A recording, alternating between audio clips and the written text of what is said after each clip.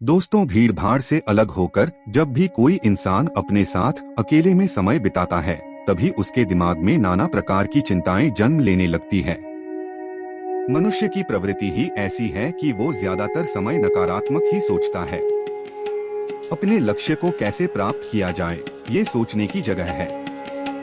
वो ये सोचता है कि अगर लक्ष्य पूरा नहीं हुआ तो मैं क्या करूँगा, और इस प्रकार की नकारात्मक विचारधारा के कारण जीवन परांत डर डर कर जीता रहता है। अगर पूरी बुद्धिमानी और सजगता के साथ इस डर को समझाना जाए तो यही डर इंसान के पतन का कारण बनता है। ऐसा मनुष्य जो खुद पर संजय करता है, खुद पर संदेह करता है, भला वो कैसे सफल हो सकता है। लेकिन बुद्धिमानी से अगर इस डर का उपयोग किया जाए तो यही डर उसकी सबसे बड़ी ताकत बन सकता है। काश केवल एक बार उसने खुद पर विश्वास किया होता तो उसे मालूम होता है कि उसके डर में ही उसकी ताकत का रहस्य छुपा हुआ है। ये कहकर सन्यासी चुप हो गया और चुपचाप अपने कदमों पर ध्यान लगाते हुए जंगली घास पे से आगे बढ़ने लगा। संध्या का समय था। सन्यासी और एक लकड़हारा जंगल में से होकर गांव की तरफ निकल रहे थे। सन्यासी के ये शब्द लकड़हारे को कुछ समझ में नहीं आए। सोच रहा था कि डर में ताकत कैसे हो सकती है। डर तो आदमी को कमजोर बनाता है।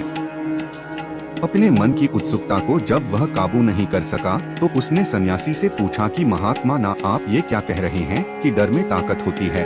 डर तो आदमी को कमजोर बनाता है, उसे तो अपना डर दूर करना चाहिए।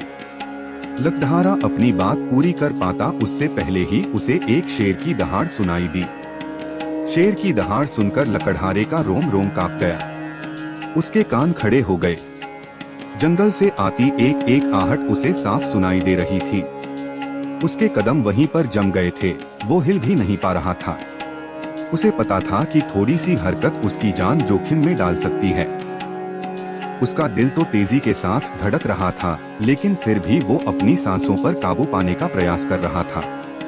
कुछ देर बाद जब खतरा टल गया तब सन्यासी ने कहना शुरू किया। सन्यासी ने कहा कि अभी जब तुम डरे हुए थे तो तुम्हारे शरीर का रोम रोम जाग गया था। जंगल से आ रही छोटी से छोटी आहट पर तुम्हारा ध्यान लगा हुआ था, तो इस प्रकार अपने मन के डर के कारण तुम होश में आ पाए, तुम पूरा ध्यान लगा पाए। इससे पहले जब तक तुम्हें शेर की दहाड़ सुनाई नहीं दी थी तब तक तुम अपने विचारों में खोए हुए थे, लेकिन जैसे ही तुम्हें शेर की दहाड़ सुनाई दी वैसे ही तुम्हारे सारे विचार गायब होकर हम वर्तमान में उपस्थित हो गए थे। यदि तुम्हें अभी शेर से बचकर भागना होता या फिर उससे लड़ना होता तो तुम्हें अपने शरीर की वो क्षमता देखने को मिलती जो आज तक जीवन में तुमने खुद भी महसूस नहीं की होगी। जब कोई कुत्ता तुम्हारे पीछे दौड़ता है उस समय तुम्हारी जो रफ्तार होती है वो तुम्हारी आम जिंदगी से कहीं ज्यादा होती है। साधारण जीवन में तुम इतने तेज नहीं दौड़ पाओगे जितना कि एक कुत्ते के सामने दौड़ पाओगे।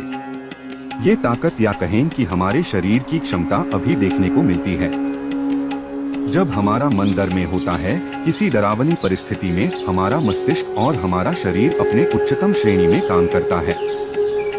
जो काम तुम आम जिंदगी में नहीं कर पाते वो तुम्हें डराकर कराया जा सकता है। जहाँ पर भी तुम्हें डर का एहसास होता है वहीं पर तुम्हारी इंद्रियां पूर्ण रूप से सक्रिय हो जाती है। तुम्हारे कानों की सुनने की क्षमता तेज हो जाती है, दृष्टि एक टक हो जाती है, पूरी सजग हो जाती है, सक्रियता बढ़ जाती है। और जैसे जैसे वो डर खत्म होता है वैसे वैसे तुम सुप्त अवस्था में चले जाते हो। तुम सो जाते हो और तुम्हारे इंद्रिय फिर से आराम की स्थिति में चली जाती है। सन्यासी ने लकड़हारे से कहना जारी रखा कि परीक्षा से एक दिन पहले जो याद करने की तुम्हारी गति होती है वो साधारण याद करने की क्षमता से कहीं तेज होती है। सिर्फ एक बार याद किया हुआ तुम्हें परीक्षा के समय याद रह जाता है और तुम जानते हो कि ये सब परीक्षा के डर से ही होता है। इसीलिए डर को दूर करने की जगह इंसान को ये सोचना चाहिए कि वो अपने डर को ताकत कैसे बना सकता है। जिस प्रकार सुख और दुख, प्रकाश और अंधेरा एक ही सिक्के के दो पहलू होते हैं, उसी प्रकार डर और ताकत भी एक ही सिक्के के दो पहलू होते हैं। जिस प्रकार रोशनी के बिना अंधेरा पूर्ण नहीं होता, सुख के बिना दुख पूर्ण नहीं होता, उसी प्रकार डर के बिना ताकत का भी कोई महत्व नहीं है। लकड़हारा सन्यासी के ज्ञान से बहुत प्रभावित हुआ। उनके चरणों में नतमस्तक हो गया और उनसे पूछा कि महात्मा, अंधेरे को तो दिया जलाकर रोशनी से भरा जा सकता है, लेकिन अपने डर को ताकत में कैसे बदले? इसके लिए कोई उपाय बताएं। इस पर सन्यासी ने कहा कि डर दो प्रकार के होते हैं। हर समय तुम्हारे मन में यही ख्याल चलेगा कि कहीं शेर ना जाए। ये शेर वर्तमान में तुम्हारे सामने नहीं है, यह तुम्हारी बहुविष्यक की कल्पना है। इसी प्रकार जो मनुष्य अतीत और भविष्य की चिंताओं में डूबा रहता है, वो मानसिक डर का शिकार होता चला जाता है। इसी विडंबना के कारण वो अपने जीवन में जीतने भी निर्णय लेता है। वो सारे मानसिक डर से ग्रसित होते हैं। इसीलिए ज्यादातर मनुष्य पूर्ण रूप से अपने निर्णय पर भरोसा नहीं कर पाते हैं और यही निर्णय या फिर फैसले जो आधे मन से लिए जाते हैं, मनुष्य के कार्य को पूरा नहीं होने देते। लेकिन ये भी सत्य है कि मानसिक डर के कारण ही इंसान अपनी तैयारी पूरी करता है। अगर तुम्हारे मन में शेर का ख्याल नहीं आएगा तो तुम शेर से सुरक्षा के लिए कोई भी कदम नहीं उठाओगे। लेकिन अगर तुम्हें शेर का ख्याल आ गया तो तुम उससे सुरक्षा के लिए कोई ना कोई तरीका जरूर अपनाओगे। तो इसीलिए मानसिक डर बेकार नहीं होता, वो आपकी सुरक्षा को और ज्यादा मजबूत भी करता है। लेकिन समस्या तब शुरू होती है जब आप चाहकर भी कुछ नहीं कर सकते, लेकिन उसके बावजूद आप मानसिक डर झेल रहे होते हो। उदाहरण के लिए कुछ मनुष्य हमेशा ये सोचते रहते हैं कि उन्हें कोई बीमारी ना हो जाए, कहीं उनके साथ कोई दुर्घटना घट जाए, कहीं उनके साथ कोई धोखा ना कर दे। लेकिन इन सब घटनाओं पर उनका कोई जोर नहीं होता है, ये उनके हाथ में नहीं होता है। अगर दुर्घटना होनी होगी तो होगी ही, अगर बीमारी होनी होगी तो होगी ही। अच्छा खान पान और अच्छी दिनचर्या का पालन करने के बाद भी अगर कोई मनुष्य बीमार हो जाता है तो ये उसके नियंत्रण के परे की बात है। अपनी तरफ से उसने पूरी कोशिश की और यही उसका कर्तव्य था। उसमें कोई कुछ क्या कर सकता है? जो घटनाएं इंसान की पहुंच के परे होती है वो उनसे भी परेशान होता रहता है, उनसे भी उसका मन घबराता रहता है और यही मानसिक डर उसके पतन का कारण बनता है। और यही मानसिक डर अगर सही तरीके से इस्तेमाल किया जाए तो मनुष्य समझदार और अनुभवी कहलाएगा। जो इंसान ये सोचता है कि कांटे सिर्फ दर्द देने के लिए ही बने हैं, वो ये भूल जाता है कि कांटे ही फूलों की रक्षा करते हैं। इसी प्रकार एक ज्ञानी मनुष्य किसी भी चीज का उपयोग अपने सकारात्मक तरीके से कर सकता है, लेकिन एक अज्ञानी मनुष्य है अपनी अज्ञानतावश उन चीजों को भी छोड़ देता है जो उसके लिए उपयोगी होती है। विवेकशील मनुष्य फेंके गए पत्थरों का भी महल खड़ा कर लेता है, लेकिन एक वैज्ञानिक मनुष्य उन पत्थरों को दूसरों पर फेंकता रहता है। अगर किसी मनुष्य को अपने मानसिक डर को ताकत में बदलना है तो उसके कुछ नियम हैं, कुछ उपाय हैं। सबसे पहला उपाय अपने विचारों का निरीक्षण। अगर हम अपने जीवन में अपने विचारों का निरीक्षण करेंगे तो हम पाएंगे कि ज्यादातर विचार हमारे काल्पनिक होते हैं और इसीलिए जो डर उन विचारों के कारण पनपता है वो भी काल्पनिक होता है। ज्यादा सोचने वाले लोगों को जब सोचने के लिए कुछ नहीं मिलता तो वो निरर्थक बातों के बारे में सोचने लगते हैं और वो बेकार के विचार उसे तो परेशान करते ही हैं, साथ के साथ उसके परिजनों को, उसके सगे संबंधियों को भी परेशान करते हैं। इसीलिए ज्यादा सोचने वाले लोगों को यह समझना चाहिए कि मन में उठ रहे तमाम विचारों में से काम के विचार कौन से हैं और बेकार के विचार कौन से हैं। जो निरर्थक विचार हो उन्हें दूर करते जाओ और जो सार्थक विचार हो उनको गहराई से सोचना शुरू करो, तभी तुम्हारी समस्याओं के, तुम्हारी उलझनों के उपाय निकलेंगे। मानसिक डर को दूर करने का दूसरा उपाय है उसका सामना करना। इसका मतलब यह नहीं है कि तुम शेर के सामने जाकर खड़े हो जाओ, बल्कि इसका मतलब यह है कि पूर्ण सुरक्षा के साथ तुम जंगल में जा रहे हो। यदि जंगल में जाना बहुत आवश्यक है तो तुम शेर के डर से अपने घर पर नहीं बैठ सकते हो। इसी प्रकार मनुष्य के जीवन में बहुत सारे डर होते हैं, जैसे कि परीक्षा का डर, लक्ष्य न पाने का डर, झूठ बोलने का डर, सच के पता लग जाने का डर, अपनों को खो देने का डर, दुर्घटना हो जाने का डर। लेकिन जैसे जैसे समय के साथ इन डरों का सामना किया जाता है वैसे वैसे ये डर जीवन से दूर होते चले जाते हैं। अगर तुम इनसे बचने का प्रयास करते हो तो ये जीवन भर तुम्हें सताते रहेंगे। ये तभी दूर हो सकते हैं जब तुम इनका सामना करो। कुछ लोगों को तो दूसरों के सामने खुलकर बात करने में भी डर लगता है।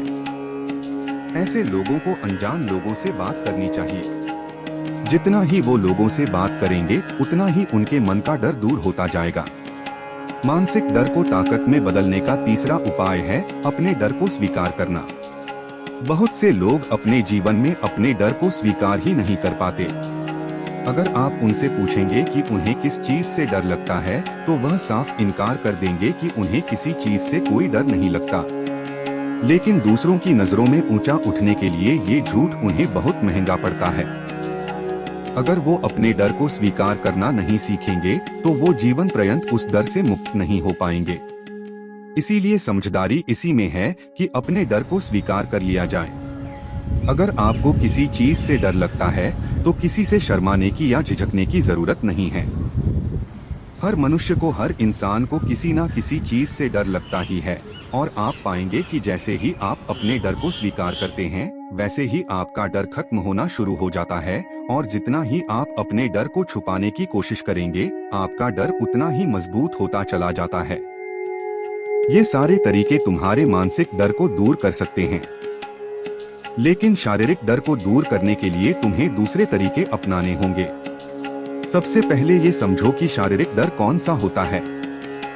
मान लो तुम किसी जंगल से गुजर रहे हो और अचानक तुम्हारे सामने शेर आ जाता है। तुमने पहले नहीं सोचा था कि शेर तुम्हारे सामने आ सकता है, लेकिन जब वो तुम्हारे सामने आता है तो तुम्हारी सारी शारीरिक गतिविधि या शिथिल हो जाती है। तुम्हारी सांसें अटक जाती हैं, मस्तिष्क काम करना बंद कर देता है और तुम्हारा दिल तेजी के साथ धड़कने लगता है।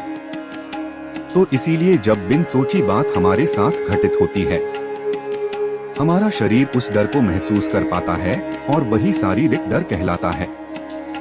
ऐसे समय में शारीरिक डर को दूर करने के कुछ उपाय हैं, कुछ तरीके हैं। सबसे पहला उपाय तो यही है कि अपने ऊपर संयम रखें। जब किसी मनुष्य के साथ बिन सोची बात घटती है तो सबसे पहले उसका संयम टूट जाता है और संयम टूटने के साथ उसका मस्तिष्क काम करना बंद कर देता है और इसी वजह से सोचने और समझने की प्रक्रिया भी रुक जाती है, क्योंकि हमारा शरीर उसी प्रकार कार्य करेगा।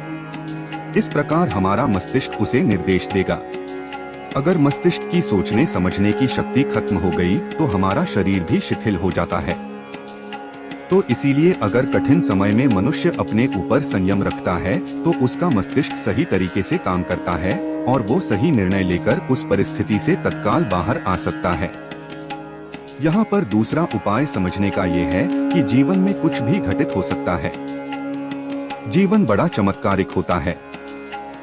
वो हमारी सोच के अनुरूप नहीं चलता, बल्कि उसमें कुछ भी हो सकता है और यही जीवन की खूबसूरती होती है।